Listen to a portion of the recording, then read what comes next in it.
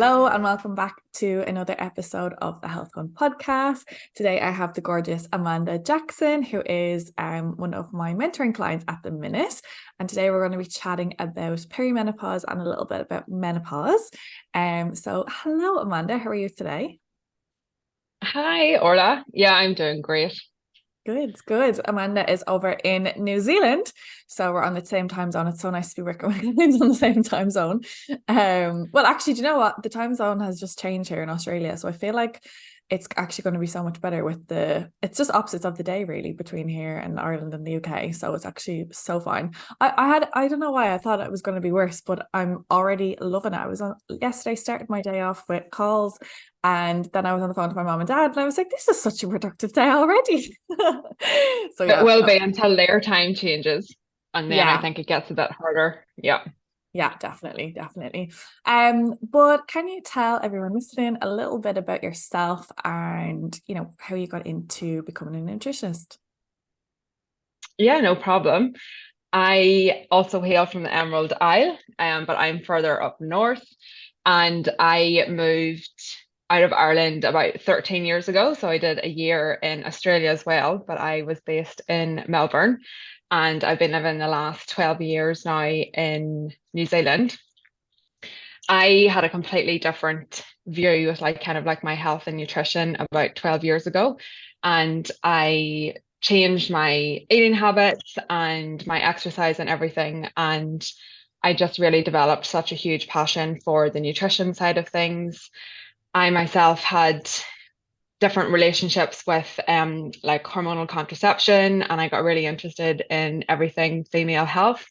And I decided to do the jump and pursue my passion and became a nutritionist. And I really focus on the female health side of things. So, especially around kind of like perimenopause and hormonal health, because that's an area that I also kind of like struggled with as well. And really helping improve female relationships with like food and our body, I think is so important as well. And I also love doing like exercise and stuff as well, which is still a bit of a shock to my family. But yeah, I like CrossFit and running, and now I love like resistance training and stuff. So I also enjoy that like sports performance side of nutrition as well. Hmm. Amazing, amazing. I'm very excited to talk about this topic today because I feel like it's just such a like taboo subject, and it's just really like there's a lot of like, oh God, this is the change that's going to happen to the woman, and it's just like, that's your death sentence now. It's just like, it's from this point on that it's just like horror stories, and there's not a lot that they can do. And that was my understanding of it up until like 2 years ago, up until I suppose really my passion started with learning about hormones and seeing that there's so much that we can do through diet, lifestyle, supplementation, stress management, etc. And it's funny how I started getting into PCOS and like hypothalamic amenorrhea and these different components of hormones. And for some reason, I still just thought menopause and perimenopause were different again. I just didn't think that there was something you could do because it was like, no, things just stop working and that's just how it is. So yeah, Yeah. I'm very excited to chat about this today to help people understand what they can do, what to be aware of, what to look out for, and so on. But can you take us through a little bit more just of an understanding about the transitions that happen with the hormone changes in the body as perimenopause starts? Yeah, no problem. And yeah, definitely it's whenever I really delved into like the hormone side of things, and especially perimenopause, I was like completely shocked. Because I think as women we just assume that, oh yeah, perimenopause, our periods stop, happy days, we don't have to worry about that. Can't have kids and kind of like that's it. But when it comes to kind of like our hormone health, we have like hormone receptors all over our body. And I think that's kind of like a key piece that's missing when it comes to like female health, for actually the role that our hormones play in Mm, all other like aspects and stuff of our life. And when we go through perimenopause, it's essentially the time when your hormones are going to experience the most significant fluctuations, especially when it comes to like estrogen. So I like to refer to it as your hormones are going on a bit of a roller coaster ride where they're going to be high 1 minute, low the next, and you just don't know kind of like what's coming, and Mm, what you might experience one day could be like completely different to what you experience another day. And this is mostly driven by your estrogen hormone. And it's why that women, when you go through perimenopause, you will experience, different symptoms throughout the day. And sometimes they can just like come out of nowhere with like the hot flushes, or you might have like a bit of a memory slip where you can't remember like the name of somebody, or, the name of maybe like a work program or something that you use all the time. You just completely have like a bit of a mind blank. And then the next day, you're completely fine and there's absolutely no problem. And a lot of that is driven by quite a lot of those fluctuations with your hormones. And then once you kind of like go through perimenopause and enter menopause, which is a bit of a retrospective diagnosis, because it's just when you will have 12 months and 1 day where you haven't had a period, and that's consecutively. And most women will actually now spend like a third of their life being postmenopausal. And when you're in that postmenopausal stage, that's essentially like when your hormones are completely flatlined and they're quite low. And it's often referred to as like a low hormone kind of like deficiency stage that you get into, unless you take, like HRT to kind of supplement your hormones. But yeah, you're essentially your hormones just kind of like flatline out. And that's it. amazing, amazing. I love that you mentioned about like we've got hormone receptors all over our body, and that's like something that's really important to understand here. I think as women, we kind of just be like, oh yeah, it's just periods, and it's not really an issue if I don't really care about my periods, or being on hormonal contraceptives or whatever that looks like. But it affects your whole body, and that's what we're really going to talk about today, is like how, well, like in general, how important your hormones, whether you're at like, perimenopause, menopause, you really want to be supporting your whole health, and your hormones impact that. Which is, yeah, I can never stop talking about hormones. But anyway, I um, know it's amazing when you find out like yeah. the impact that your hormones play on all aspects of your body. And I think it's that kind of like education piece that's often missing with women. Like when you think, you're maybe not like as resilient, or you don't feel as good all the time, you constantly think, what's wrong with me? When it's Mhm. actually a lot of the time it's that education piece for the role that your hormones and stuff can play when it comes to things like your mood and that.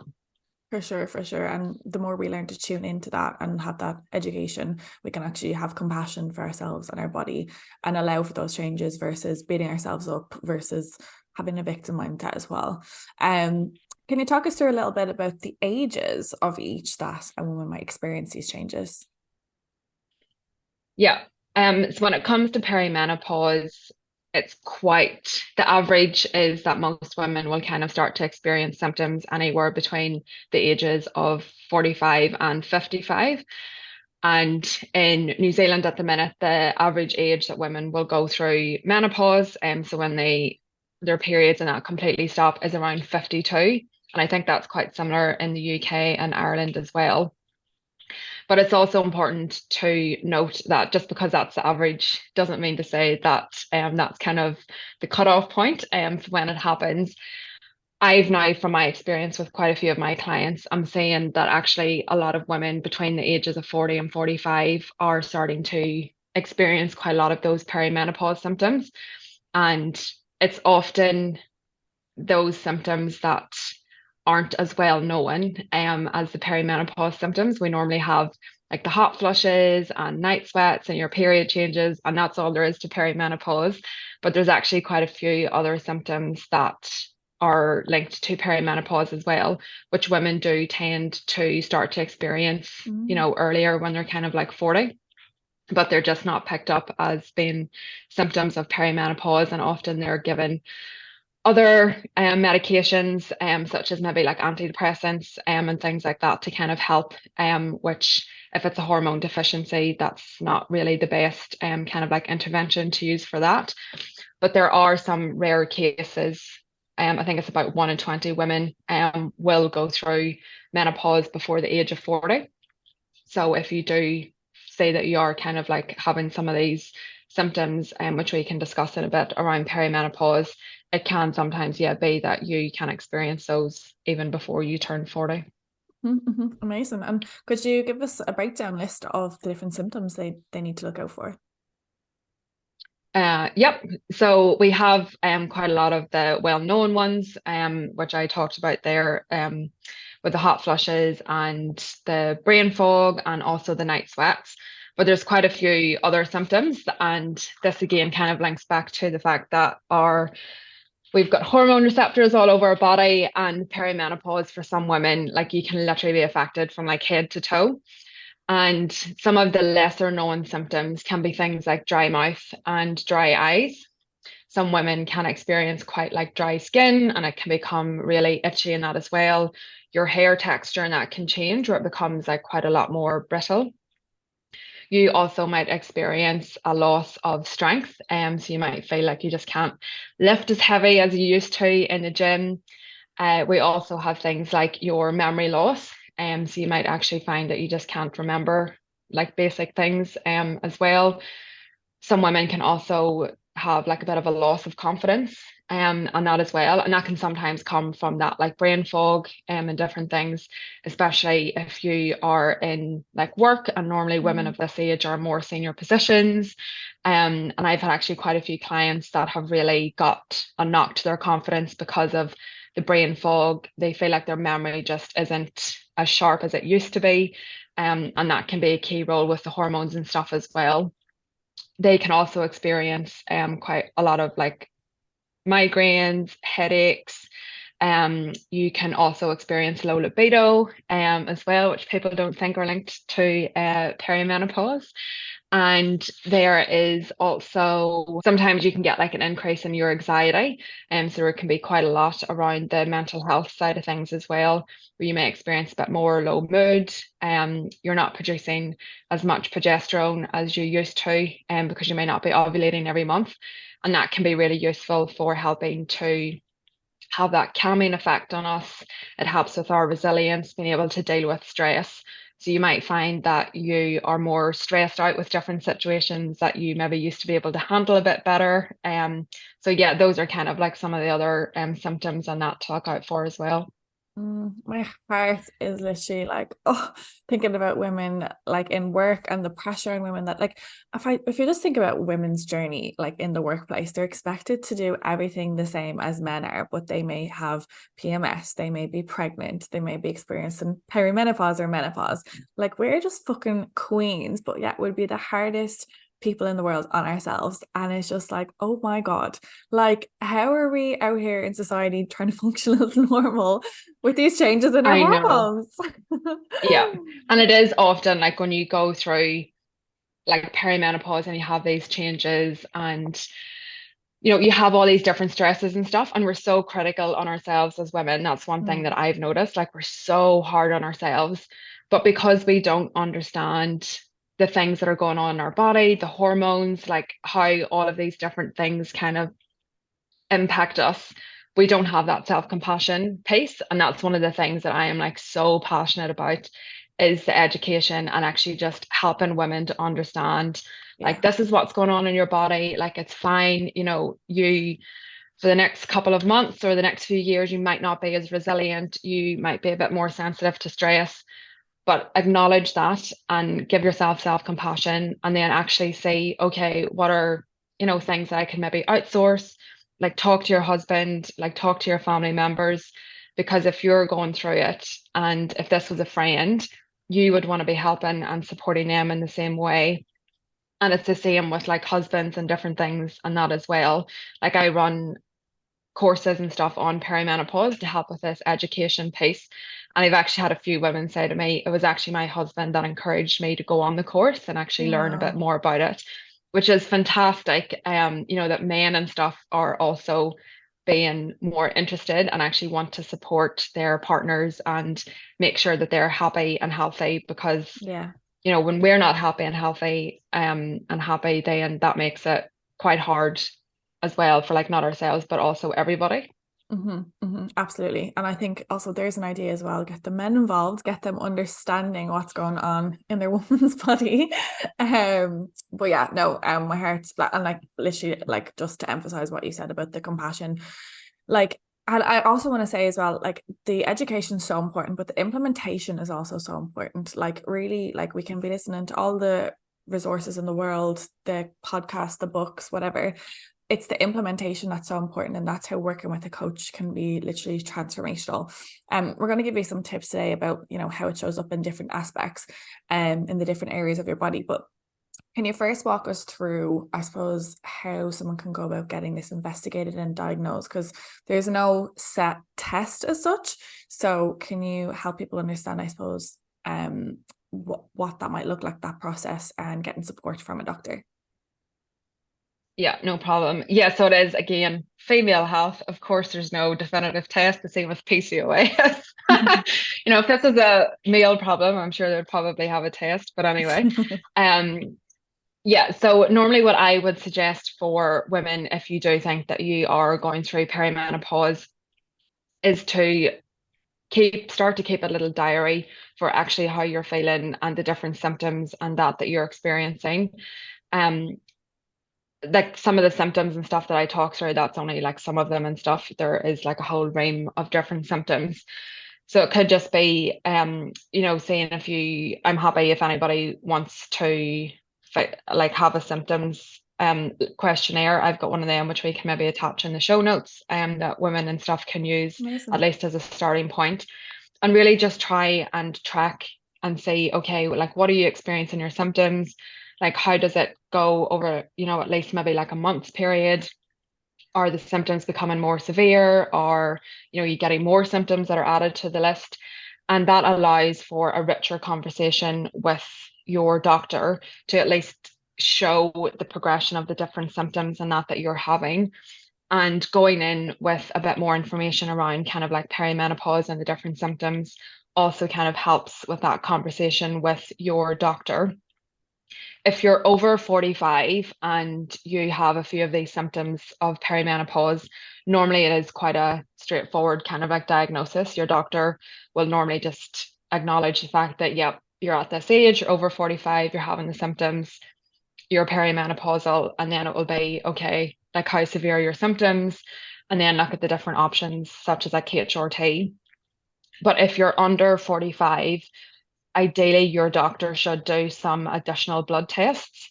And it's mostly around kind of like your thyroid and making sure that you don't have like underactive thyroid or like Hashimoto's, because quite a lot of the symptoms of underactive thyroid are quite similar to like perimenopause. If you think of like the weight gain, you're probably going to feel like really tired, fatigued, low mood. Those are all kind of like quite similar symptoms. And we do just want to make sure that you are getting diagnosed properly, because if you've got an underactive thyroid, the HRT isn't going to help that. And the same, if you've got perimenopause and they diagnose you with something else, then that's not really going to help either. So those are kind of like a few of my key tips to just help with that diagnosis, is just take a bit of a record of your symptoms. If you can do it at least over a month. And if you're over 45, it should be quite straightforward. And then it is just looking at what are kind of like some next options if you want more support, depending on the severity and stuff of your symptoms. Amazing, amazing. Um, with the HRT, so hormone replacement therapy, for anyone that doesn't know what that is, can you elaborate a little bit more on like what that is? Maybe some of the pros, maybe some of the cons, for anyone that isn't aware what it is. Yeah, so unfortunately, HRT got quite a bad rep about Mm, 20 years ago. And there's actually quite a lot of fear from women and also doctors and stuff as well around prescribing HRT. There was the big headlines that, HRT will double your risk of breast cancer, which unfortunately did put a lot of fear, and still does today have quite a lot of fear for women, because obviously you don't want to increase your risk of getting breast cancer. But you have to kind of like put that study and stuff into a bit more context. They do now today use like a completely different form of HRT. the women in that initial study were all over the age of 60 that had a previous heart attack. A lot of them were overweight. Whereas now for women that start HRT, quite a lot of them are younger. So normally about like 45.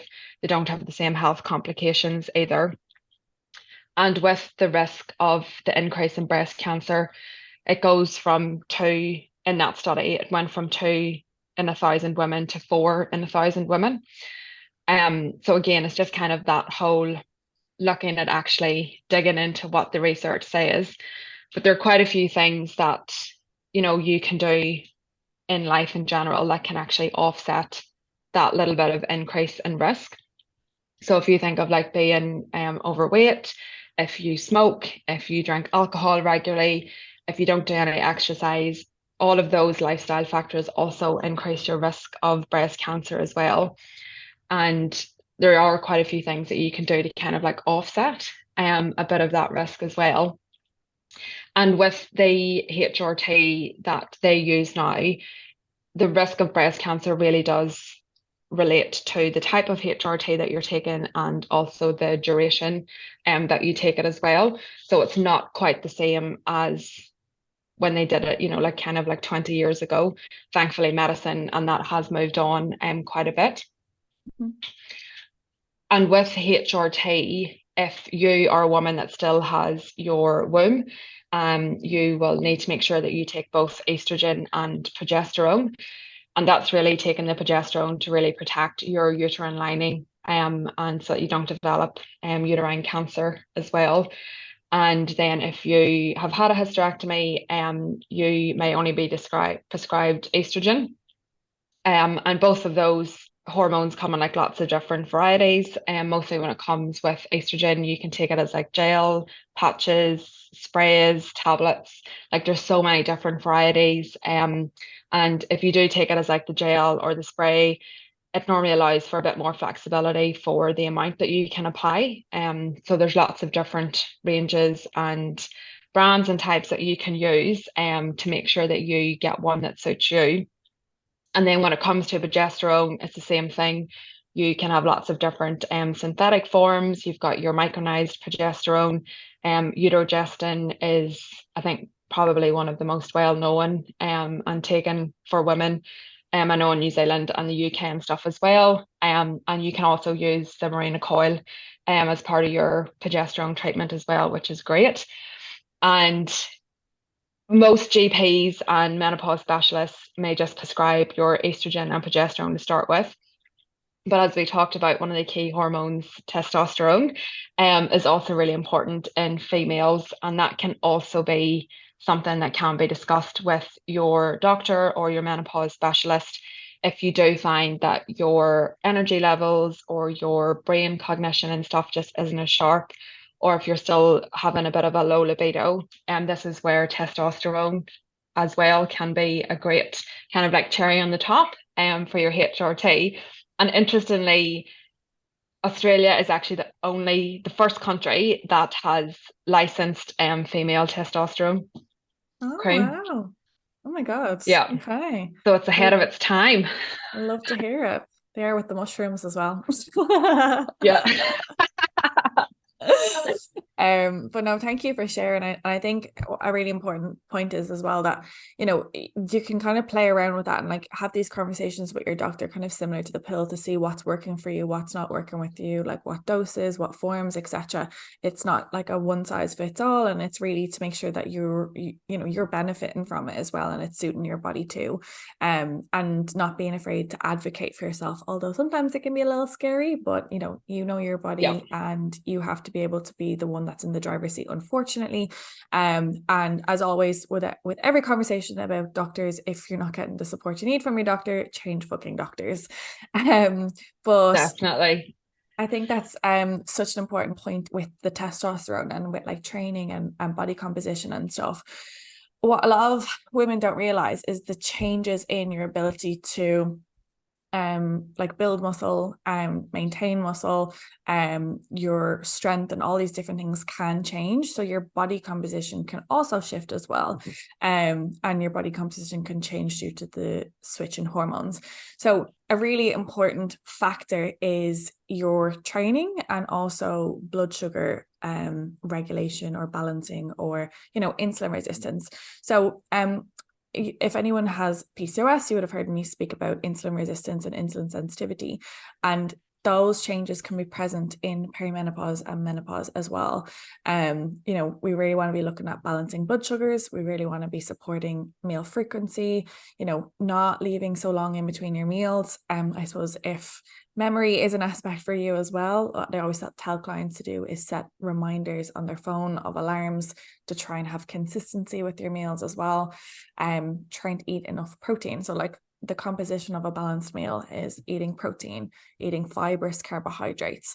So you'll benefit from we're not demonizing white carbs. We're not demonizing carbs that have no fiber in them. Like there's a place for them, but you can make tweaks and swaps where possible to higher fiber carbohydrates that can help with balancing those blood sugars, incorporating plenty of nutrients, diversity, eat the rainbow to support your fullness perspective, and then also from the changes in gut health. Can you explain a little bit more? Actually, I'm jumping topics. So I was going to talk about gut health, but still on this topic, I suppose. What women need to look out for in terms of insulin sensitivity and the impact that can have on their symptoms with perimenopause. Yeah. So I think when it comes to perimenopause, one of the biggest pain points that women have is around their weight gain, especially around their stomach area. And there are quite a few different drivers that contribute to that, but one of them is the increase in your insulin resistance. And that can make either maintaining your weight or losing weight and stuff actually quite difficult.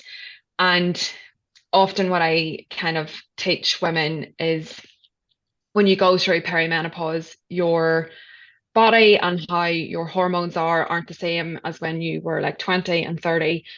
So unfortunately, you can't keep doing kind of like the same thing as what you were doing then for what you're doing now. And it is learning to work with your body rather than trying to like work against it. And it does mean you have to incorporate some changes. Like you said, definitely managing your blood sugar levels, making sure that you're increasing your protein and that throughout the day, especially as women going through perimenopause, you have an increased risk of developing osteoporosis later in life. And that's where it's really important to make sure that you are getting lots of protein and you're getting like your calcium needs and stuff as well, and incorporating a bit of that resistance training, which helps. And the resistance training can also help, or any form of movement, with your insulin sensitivity as well. Even doing, like 30 to 60 minutes of movement 3 times a week can really help that insulin sensitivity. And that just helps your body better utilize and uptake all the glucose and that like from your blood as well, which can really help manage your blood sugar levels and also that like weight gain side of things as well. I suppose in general with insulin resistance and with body composition changes from estrogen changes, from insulin resistance itself, from stress, that shift in body composition can often create this tendency for women to want to increase their exercise and cut back their calories. And it's really important that we're like, have this kind of protective mentality or approach that we're trying to actually eat more calories as appropriate. I don't mean that you need to go into a calorie surplus, but you're not doing this eat less, move more mentality where you're so restrictive that it massively further impacts your metabolism, further impacts your stress hormones. You want to be really eating in a way that's strategic and intentional so that you're supporting your ability to either preserve or gain muscle. And then you're also not severely deprived, and that impacts then your hormones further and further. We want to be giving your body enough nutrition that you're feeling energized. You're not actually feeling so restricted and depleted that you haven't actually got that energy to train.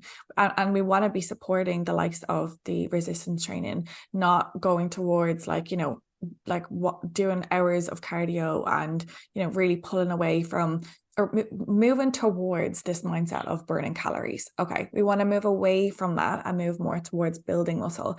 So for anyone listening that hasn't heard this before, toning your body does not mean burning calories on calories on calories. It actually means like changing your body composition and increasing your muscle mass that creates that toned effect. Okay, so yes, there is an element of fat loss to that, but the lie you've been sold about just constantly burning calories, about doing circuit training classes, about depriving yourself of calories, it's like it ends here. So if you're listening, like we're changing that shit up. Okay, this is your big fat sign that this is not the approach that's serving you, and we really want to move towards building muscle and supporting cardiovascular health, of course, as well. We're not cutting cardio out altogether, but it's really to move away from those long form stressful workouts, because we want to be reducing the overall stress on the body and moving more towards like resistance training in itself can be quite mindful, can be quite therapeutic, and it can actually give you permission to be quite present with your body as you're moving through the reps of the muscle, or sorry, of the workout using your muscle. You're so tuned into that mind to muscle connection that it's actually mindfulness in itself. And stress is so important for overall hormonal health, but also especially for perimenopause. And I suppose coming into the stress aspect of that as well, it is really important that we have stress implementation, stress management for implementation of that. We want to be looking at mindfulness in itself. We want to be looking at supporting your mental health. Like the changes in your hormones, yes, they're affecting you physically, but they're also impacting you mentally. And yes, it gives you like a lower starting point or a lower baseline as such, but it doesn't mean that there's nothing you can do cognitively or with your nervous system to support you feeling more regulated, more present, more at peace within yourself as well. So I remember you mentioned to me before about like different modalities with like CBT and yoga and stuff like that. Can you elaborate a little Yeah. bit more on the recommendations that you give? Yeah, so stress plays like a huge role. I think when it does come to kind of like perimenopause, and women do feel like they are a lot less resilient, and they do find that they are quite a lot more anxious, and definitely suffer a lot more from like low mood, and that can be kind of like a bit of a combination of like the brain fog. You kind of like lose a bit of your confidence, and then you have this like increased anxiety creates more stress, and then women tend to be quite a lot in this kind of like vicious cycle, and they're always trying to like do more. It's often a time when if you've got children, they're teenagers, they're probably like little rat bags. I know I was when I was a Me teenager. too. Yeah. And and often as women at that age, we're also the main caregivers for like older parents. So quite a few of my clients and stuff, like they're dealing with an awful lot of Mm. stress and everything that's kind of like going on. And then you also have the fact that your body is not like your body composition's changing. You're putting on weight in places that you never used to put on weight before. And there can just be quite a lot of things that kind of like women are dealing with. And this is where I try to encourage clients to, yeah, definitely use CBT if that's an option that's available to you. It's quite well researched for the positive benefits that it can have to be able to deal with kind of like stress. Definitely adding in things like more mindfulness. So if you can do like meditation, trying to add in some kind of like breath work potentially, and doing even like, walking meditations. If you can do like eating mindfully, even if it's only for like one meal of the week or even the day, trying to incorporate things like that in. Um, Doing also things like even like self-care and just actually taking time out for yourself, whether that's to go and get like a massage, go for a walk, go for lunch, just do things that actually really fill your cup up. And another thing that I try and encourage women to do is to actually ask for more help. Like we tend to Mm. kind of want to try and like juggle everything and wear all of the hats and be everything to everybody. But it's often like during this time that again, we have to do things a little bit differently compared to what we used to do. And it might be that we have to ask, husband, kids, partner for more help? Like, is there something that you can outsource, or can you just say no to things? This is one of the things that I'm trying to teach clients and stuff as well, is actually saying no to something that you don't have to do or you potentially don't want to do means then that you're actually saying yes to yourself and giving, you time back so that you can do something else. And trying to incorporate, yeah, quite a good bit of that stuff in as well. I love that. I love that. There's two audiobooks that are coming to mind, or sorry, they're books as well. I've just listened to them on Audible. One is How to Be Selfish, and one is like how to not give a fuck or something like that. And she talks about like not giving so much of your fucks away. We all have limited fucks to give in the day. And Yeah, she's like, you yeah, don't want to be giving your fucks to a baby shower. You don't want to be giving your fucks to your colleague that blah blah blah blah. You want to keep those fucks for whatever you want to be doing with your day. And we're the first to deprioritize ourselves. Like literally, I love yeah, working with women who have, like I said, they're juggling so many different aspects of their life, and they're afraid to even sign up to coaching because they're like, oh, I don't know if I've got the time to give. And I'm like, can you see all of the things you're experiencing right now? Can you see all your symptoms? Can you see all these different things that you're dealing with? And you're literally giving away all of your energy, your time, your money, everything on everything else but yourself. It's at the expense of you. So, again, if you're listening and this sounds like you, this is your sign. Even sign up to a yoga class, even do like a mentorship where you can learn something, anything at all that's going to impact you, because it will have a ripple effect through other areas of your life.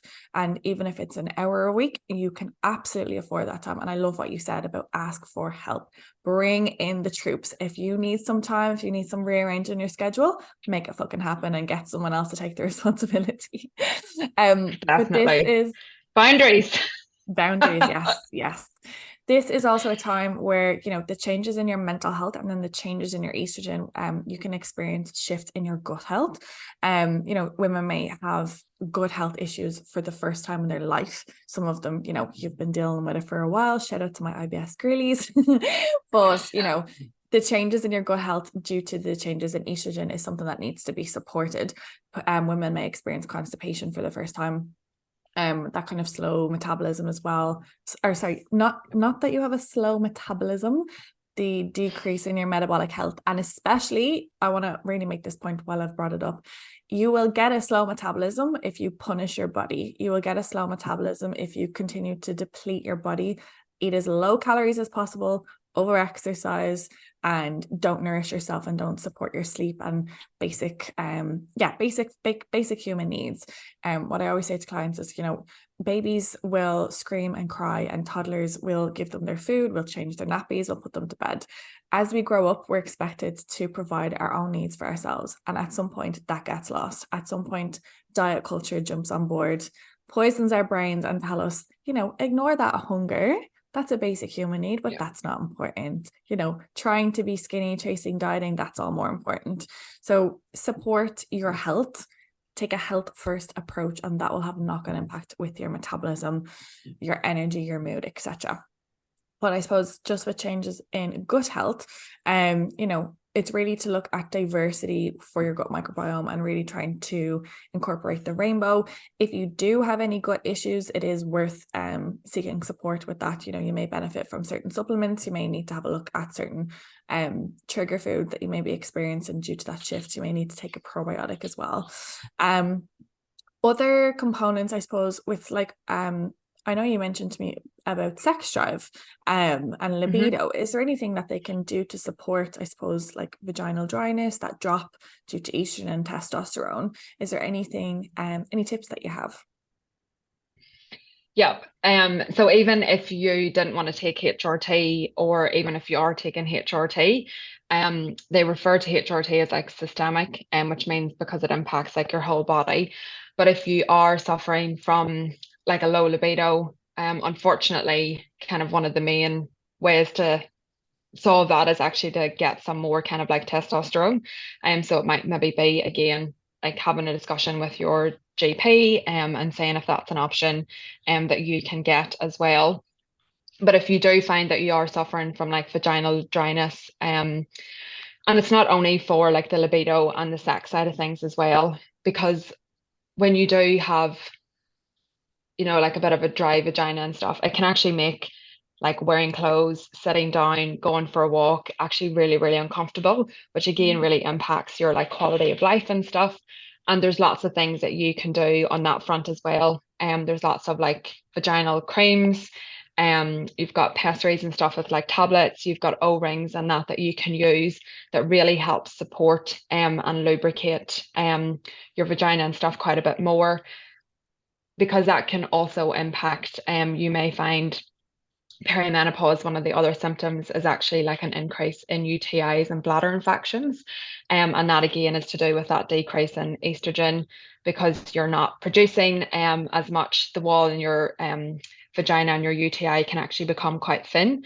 So that can mean you're a bit more prone to those kind of infections. So using those kind of vaginal creams and tablets and stuff can actually be really useful for that. And they're known as more kind of like localized estrogen, because they only work in the area that you put them on. So they'll only work within your vagina. They won't work like all over your body. So that can be kind of like another option. And you can buy those in your pharmacy as well. So you don't need to go to your doctor or anything like that. And they can be, again, a really great addition, even if you are taking HRT and you still feel like you are suffering a bit from like vaginal dryness, you can also use that as well as the HRT and stuff that you're taking as well.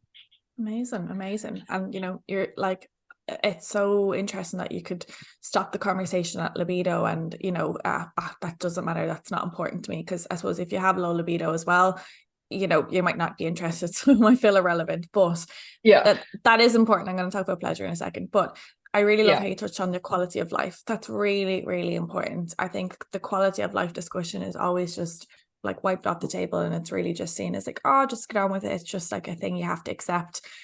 This is your only options of treatment, say for example HRT, and anything outside of that you just deal with. And it's like, no, yeah, quality of life is really, really important for you to feel like you've got enjoyment in your life, feeling at peace within your body, etc., etc. But pleasure is also so important. I've spoken about this quite a lot lately, and it's quite taboo. I think a lot of women are afraid to yeah, talk about massive. wanting pleasure in their life. And it's like, no, queen, we all need that pleasure in our life. And you know we can continue to kind of suppress that or be embarrassed about this subject, or we can actually see this is an important value for my health, a marker of my health. Because if you don't seek pleasure in areas of your life where you can access it, you will seek pleasure in other areas where they may not serve you as much. And this is what can lead to issues with like binge eating and emotional eating and comfort eating. So it's really important that you are like honoring that desire for pleasure in your life, because of how your body will just seek it in a reward system elsewhere. So yeah, I really just want to make sure that we're having that discussion, because it is important, ladies. It's not all about the man. Make sure you're getting what you need. Yeah, and also your libido and stuff. Like I think as well, we kind of have this thing like, oh, we just get older and we just kind of like lose our libido, or we maybe you don't have a partner and you're just like, oh, I don't need to worry about like being Yeah, interested in sex. But it's also like it's part of your confidence and just actually sometimes like who you are and feeling more feminine. And it's not just around the, like, oh, I just want to go and have like sex with somebody or whatever. I've lost my libido. Because it can just be even sometimes like that confidence boost and stuff as mm-hmm, well. mm-hmm. And actually like feeling good in yourself, which again has just like a bit of a flow on effect across like other areas and stuff of your life. Mm-hmm. And yeah, it's cool of me to bring up the pleasure thing as well, because I think, Catholic Ireland, you're never really allowed to like talk about these kind of things. So No. I think it's awesome that, a lot of these topics and stuff are being brought up and more open. And even like perimenopause and stuff, like quite a lot of women are just kind of like, oh God, we can't talk about like vaginal dryness or like sex or anything like that. But it's a normal part of, like Yeah. what you may go through as perimenopause. And even like if you're not perimenopause and you're kind of like in the younger age bracket, it's just kind of like it is still something to talk about, because that's one of the things whenever I had like hormonal contraception. I didn't realize that switched the whole thing off. And it's the Yeah. same thing with like young women when they experience like low mood, low libido, and they just don't feel themselves, and they're just like, what's wrong with me? And it's just like your hormones, like you've switched off your hormones, like, like that's why. I know, I know. I did a post on this recently about how changes in stress can impact and changes in your digestion and body shame and all these different aspects, they can really impact your sex drive. And the amount of women that were like, holy fuck, I resonate with this so Yeah. much because it is important. Like it's so important. And if you don't have a partner, get yourself a vibrator, explore your own body. Okay. It's important. And like I said, it's just going to come through in other areas of your life. And there's going to be shame around that anyway. So, assess, and, there can be issues with trauma and, body shame and other aspects too. So if you need mental health support with that, I'm not saying this is just something you work through. Of course, there's resources and support that you can seek to move through that as well, if that's something that you're experiencing too. I suppose, can we chat a little bit about supportive nutrients? So we've spoken about HRT, and I suppose that's Hmm. not really the last stop or the only method of treatment. As we kind of know, like with hormones in general, the pill has been prescribed as the only thing that you can do, but we know that there's so much you can do with nutrition, supplementation, really making sure that we've got all grounds covered. I suppose the major one that I say that all women of all ages should be taking is magnesium. I just think Yeah. it's a wonder supplement. It's our first to go in times of stress. We definitely don't consume enough of it to begin with. So I really just think for anyone listening, get yourself magnesium. Either magnesium bisglycinate would be the most bioavailable form, or magnesium citrate would be helpful if you suffer with constipation. And yeah, if there's any other recommendations you have for supplementation for anyone experiencing perimenopause. Yeah. So I suppose one caveat that I will make is that even if you do take HRT, you still should do all the diet and lifestyle components to kind of like really support that. Because for me, whenever I think about perimenopause, I always remind women to think of like future them. Mhm. And, when you're 65 and you're tired and you're going to live your best life and you want to do like all the fun hobbies that you have planned, you actually want to make sure that you've got like a really good quality of life and that your body enables you to kind of like do all of those things. And definitely the magnesium is like a wonder supplement, 100%. Another one that I would sometimes recommend would be either like ashwagandha to really help with like that stress side of things as well. If you're suffering with the sleep, that can often be something that's really impacted is your quality of sleep because of that drop in your estrogen and also progesterone as well. So even supplementing with like tart, Montessori tart cherry juice, and that can be really helpful to kind of support sleep as well. Definitely look at calcium. So because you're reducing your estrogen, that's like the most anabolic hormone, that means you're at a higher risk of osteoporosis. Like 1 in 2 women over the age of 50 will develop osteoporosis, and you have higher risk of like things like fractures, which again, if you fall, you're more likely to have your quality of life impacted because you're going to be more nervous about going out and about. So definitely look at kind of like your calcium, making sure that you're getting enough protein as well. And I love your idea that you said about like getting clients and stuff to like set reminders and different things. So yeah, I'll definitely put that on my thing to tell clients with as well. And vitamin D in winter is really useful for women. Again, that just really helps with your immunity side of things and also your bone health as well. There's so many other supplements now that have come out with like menopause supplements and everything else. And to be honest, quite a lot of them are really expensive and they're just full of like little kind of like bits and pieces.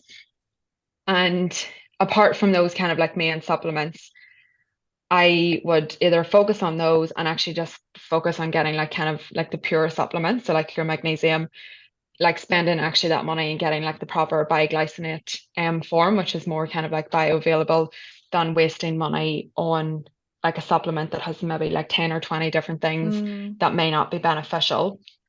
You might also find that the myo-inositol could be quite useful as well, especially to help with that insulin sensitivity, if that's an area that you're kind of like struggling with the weight gain side of things. And if you do find that you're maybe more on like that diabetic side of things, and that can also be really useful. And that's probably it in regards to supplementation. And from like a diet and lifestyle perspective, I think just quite a few of the key things that we kind of like have spoken about with trying to add in more whole foods, especially whole grains, and that wherever you can, increase your vegetable intake, especially soluble fiber. That really helps with like insulin sensitivity, as well. Trying to make sure that you get some movement in, like even if it's only, 30, 40 minutes a couple of times a week, that really helps that cardiovascular health.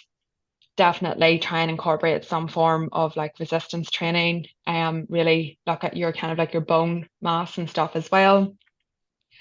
Focus on like managing stress as much as you can. I think it's often an area that people don't understand with the amount of stress in their like nervous system, actually how that impacts so many other different areas of their life, especially with like your gut health. It often leads to other kind of like coping mechanisms with whether it's like comfort eating, drinking extra glasses of wine, all of those different behaviors that may not be serving you the best. And as much as you can, try and like prioritize sleep and stuff as well. Those would be my kind of like really key focus areas if you're going through perimenopause, especially just to really focus on those areas. Amazing, amazing. Thank you so much. One, I really love what you said about like future you and really trying to support yourself in the future. And I think this is a thing that we don't consider. It's like we spend our whole life looking like surviving, okay, surviving work, life, and kids and everything in between, pushing towards retirement. And like what you said, like what happens at retirement? Does your body function the way it's meant to because you spent so many years like abandoning it, punishing it, depriving it? So I really, really love that concept. It's like, okay, what can you do? And there's no shame if you have acted a certain way up until now and you're only kind of taking things on board and you're on your health journey, or maybe you're hearing this for the first time today and you're like, okay, I'm ready to kind of make some changes. That's all due to your conditioning. It's not your fault, but I suppose it is to take responsibility and accountability for your life, for your current self and your future self, because you deserve it. You deserve a life of happiness, a life of feeling that peace within your body. And it really is just about taking that first step. And there's quite a lot of information we spoke about today. And if you are overwhelmed, as always, reach out and get support from a coach. They can literally bring you from A to Z quite quickly and in a way that feels easy for you to implement, versus you trying to be overwhelmed and try all this kind of stuff and then nothing sticks and then you just go back to where you were as well. It's really having someone on board, like for example Amanda working with women with perimenopause. It's really impactful because she sees you where you're at and she can bring you through to where you want to get to, with that compassionate angle, and help you not be so hard on yourself, like what we spoke about today, as we always are. But I have a question for you. What Yep. surprise question? Oh What God. This is my fave. What 1 to 3 pieces of advice would you give to your younger self? Oh gosh. This is a deep one. Um, I think definitely don't compare your journey to others. I know whenever I first left Ireland and went traveling, what I was doing was completely different to like what all my friends and stuff were doing. And I often questioned, oh my God, why am I traveling? I like didn't have a proper job. And I think I worried too much about like, should I be doing what other people are doing? But in actual fact, when you just concentrate on what you're doing, like your journey and stuff unfolds just as it's supposed to. And yeah, just don't worry about what anybody else thinks.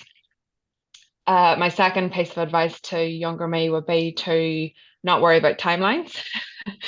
I think we're I'm reminding often, you about that today now. yeah. Um, yeah, I just think especially as women and stuff, it's kind of like, oh, by the time you're 30, you're supposed to be like married, have kids and like settle down and like all of these different milestones.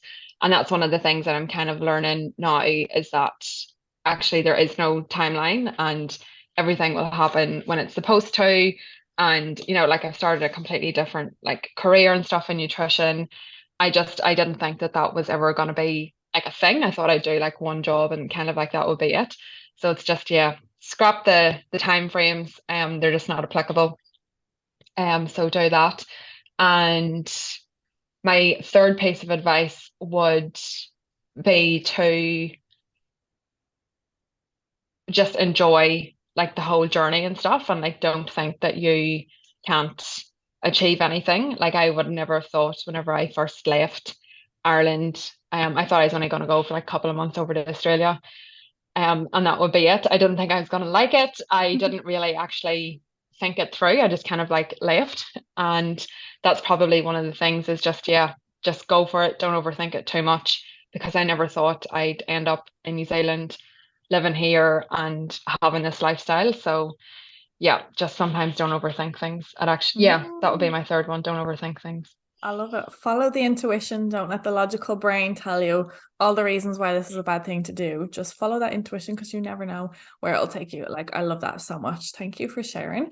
Thank you so much for sharing all your wisdom today. Can you tell anyone who would like to, get support or use your services or learn more about your Instagram or anything like that where they can find you? Yeah, so I am on Instagram and Facebook under Amanda Mercer Nutrition. And I also have a website, amandamercernutrition.com.